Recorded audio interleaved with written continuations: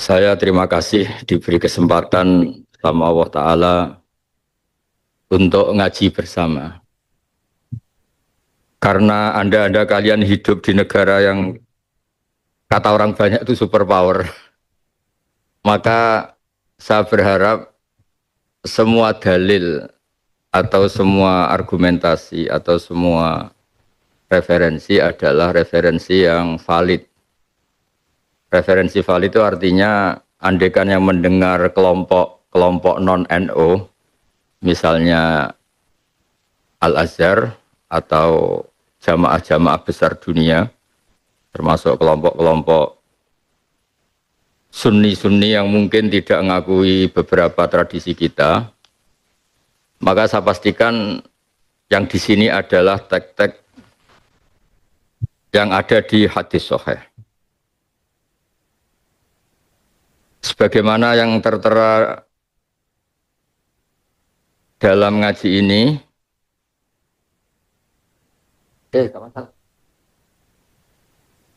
begini ya. Jadi ini saya bacakan kitab dari Sultanul Ulama, ketua dari semua ulama. Jadi di tradisi keilmuan sebetulnya mirip-mirip tradisi negara. Jadi ada presiden, ada menteri, ada apa. Kalau di wali kan ketuanya Syekh Abdul Qadir Jilani. Kalau di ulama dalam mazhab Syafi'i itu ada orang yang digelari Sultanul Ulama, yaitu Syekh Izzuddin bin Abdussalam.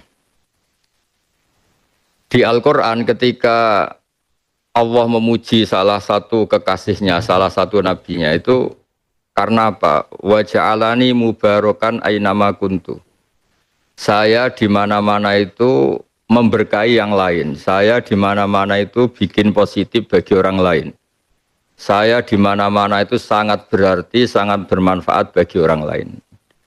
Sebab itu Nabi Isa dengan begitu senangnya, begitu syukurnya menghentikan wa ja'alani mubarakan nama kuntu. Allah membuat saya di mana-mana itu berkah. Ini biasanya tak pakai dalil sama teman-teman yang mungkin ditakdir di Amerika, di Korea, di Taiwan, di beberapa belahan bumi. Bahwa selain ada ayat ini itu ada hadis al-bilad biladullah wal ibad ibadullah. Fahaitsuma asabta khairan fa'akim. Sebetulnya semua negara itu milik Allah, semua hamba-hambanya Allah. Maka di mana saja kamu menemukan kebaikan, maka enggak apa-apa di situ saja. Fa'akim, kamu boleh di situ saja. Tentu kalau Anda sudah nyaman di Amerika, tidak usah bilang Indonesia itu gelap. Ya di Amerika saja, tidak usah komentari Indonesia gelap. Kalau Anda di Mekah, ya tidak usah bilang, wah Indonesia itu negara yang enggak suci, yang suci itu hanya Mekah. Ya tidak usah bilang gitu. Begitu juga di beberapa negara yang Anda mungkin di Afrika, terus merasa, alhamdulillah di sini putih sendiri, ganteng sendiri. Tidak usah begitu. Tapi yang jelas, berkahnya para ulama, sebetulnya dari dulu Nabi itu wawasannya luas sampai tidak mengharuskan orang itu harus di Mekah di Madinah. Kata Nabi, al-bilad biladullah, semua negara itu hakikatnya milik Allah, semua belahan bumi milik Allah, wal ibad ibadullah, semua hamba, semua makhluk itu hamba Allah, entah dia muslim, kafir, orang soleh, fasik, semuanya itu hamba Allah. Fahaitsuma asabta khairan fa'akim. Kamu di mana saja ketemu kebaikan, maka kamu boleh diam di situ. Tentu kebaikan itu macam-macam. Orang yang hidup di dunia global kayak Anda semua itu kebaikan adalah menunjukkan kalau Islam itu misalnya suka damai, suka toleran. Islam itu agama yang peduli. Sebab itu di An-Nisa 114, ya tolong dicatat, An-Nisa 114, itu ada ayat yang itu jadi pegangan seluruh komunitas muslim dunia. Ketika Anda mungkin rapat di PBB atau rapat-rapat konsultasi dunia tentang perdamaian, itu di Al-Quran itu jelas sekali. Di An-Nisa 114, Allah ngendikan, la khaira fi katsirin min najwahum illa man amara bi shadaqatin aw ma'rufin aw islahim bainan nas. Diskusi apapun itu tidak ada baiknya kalau tidak mengarah pada ya la khaira itu tidak, najwa itu diskusi atau presentasi ilmiah atau musyawarah atau rembukan. Mungkin kalau orang yang tidak jabat bilangnya cangkruan atau di mana saja.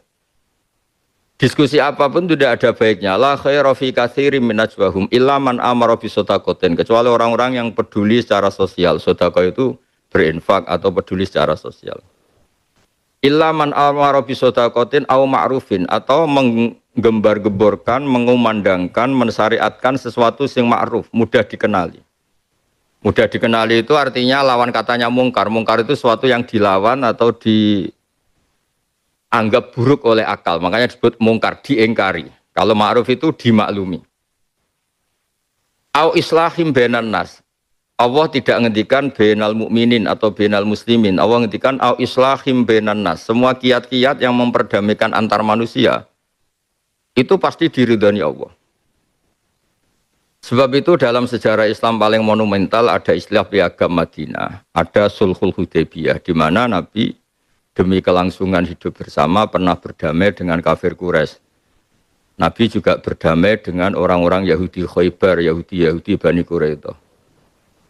Sebab itu damai itu enggak butuh alasan, yang butuh alasan itu perang.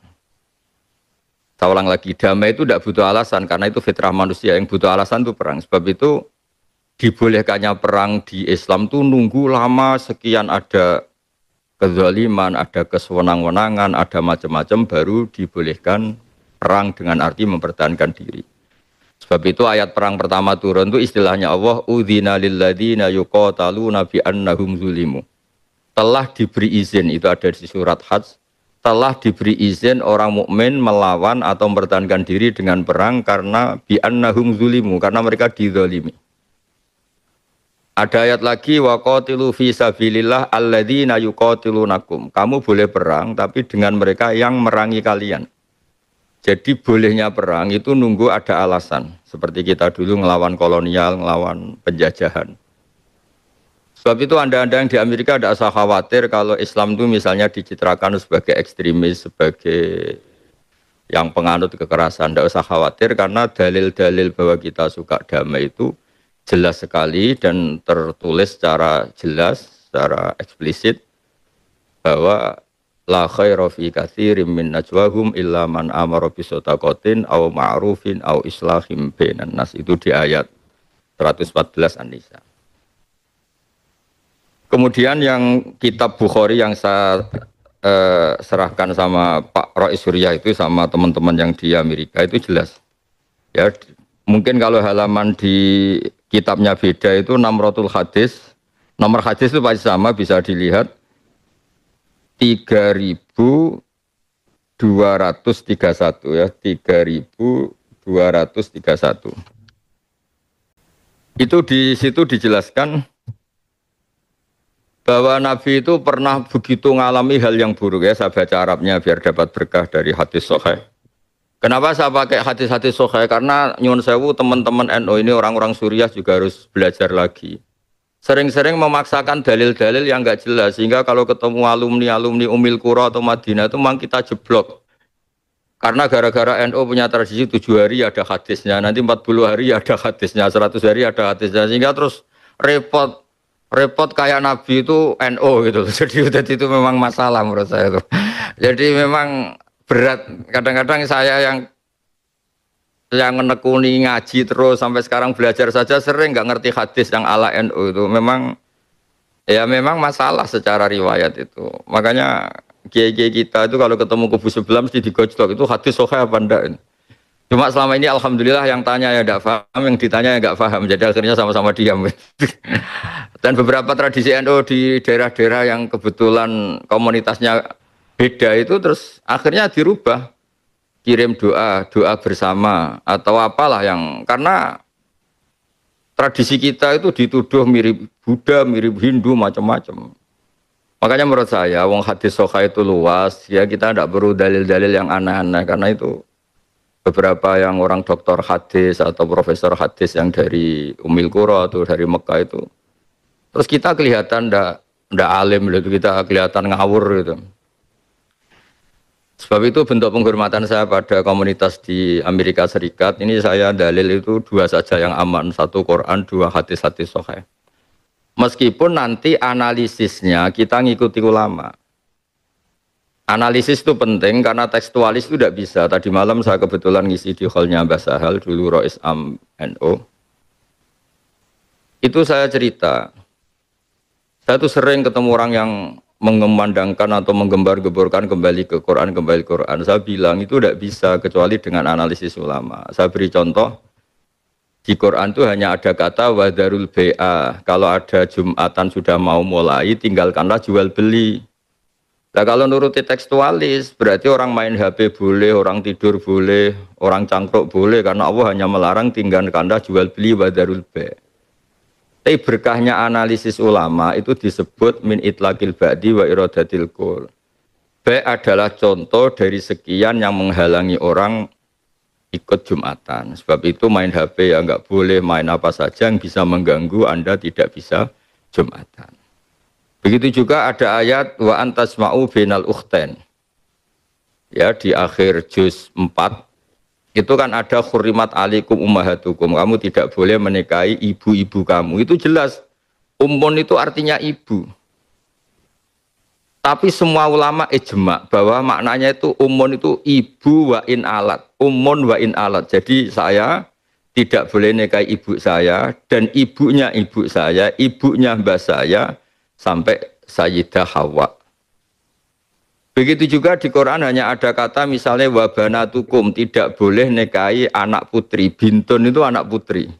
Tapi semua ulama sepakat dari kelompok manapun bahwa bintun itu maknanya wa insafulat, anak saya putri dan anaknya anak saya, anaknya anak saya. Yang terakhir jumlah yang diharamkan adalah wa antasma'u bainal ukhtain.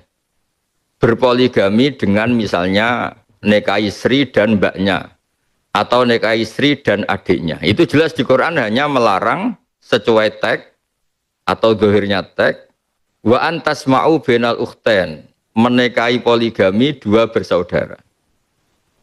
Zaman Rasulullah SAW sugeng itu Nabi sudah menambahkan wala bainal mar'ati wa kholatiha wala bainal mar'ati wa ammatiha, juga tidak boleh nikahi istri plus nikahi buliknya atau nikahi budenya.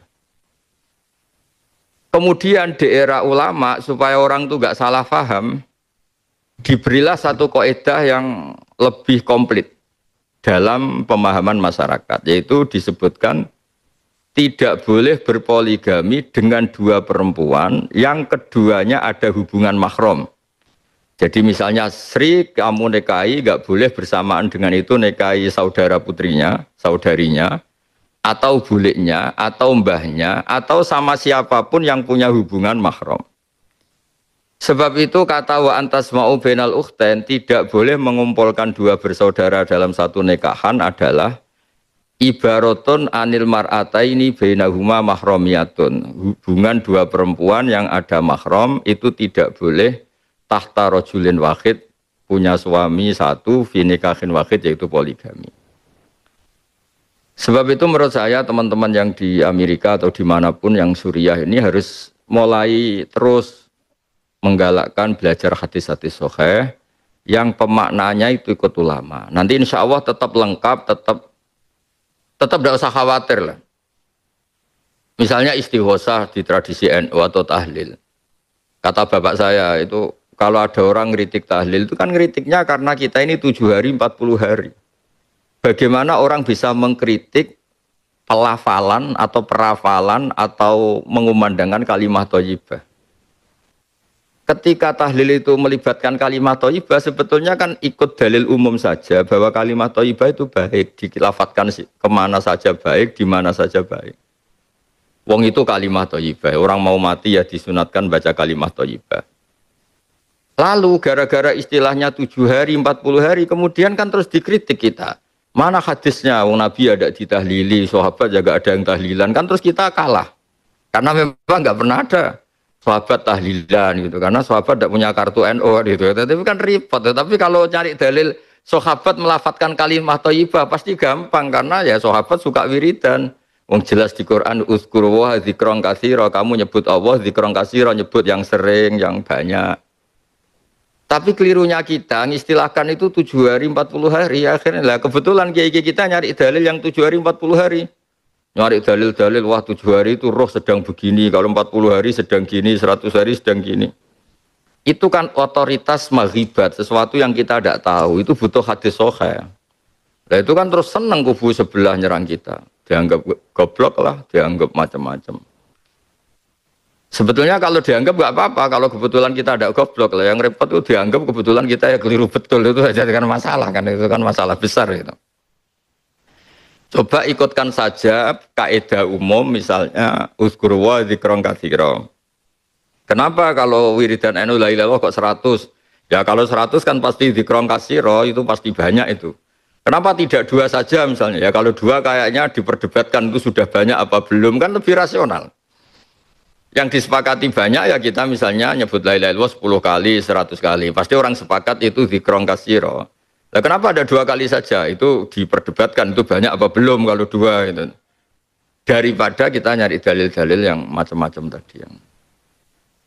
Nah, meskipun saya di NU, entah saya sendiri nggak tahu saya ini kultural apa-apa, yang jelas itu konstitusi saya itu bahwa orang alim itu harus hentikan ilmu dan kitmanul ilmi itu haram, menyembunyikan ilmu itu haram. Terus kemudian saya beri contoh lagi di kitabnya Said Muhammad Abwabul Farad. Ya ini saya tidak cerita halaman-halamannya, yang pokok tadi 2 kitab saja. Nanti kalau cerita terus halaman-halamannya atau kitabnya yang di Amerika bingung loh, karena nanti Suriahnya belajar terus malah nggak jadi bisnis, malah jadi roi Suriah betulan nanti. Begini. Hadis-hadis tentang jumlah kalimat thayyibah yang banyak itu rata-rata dhaif.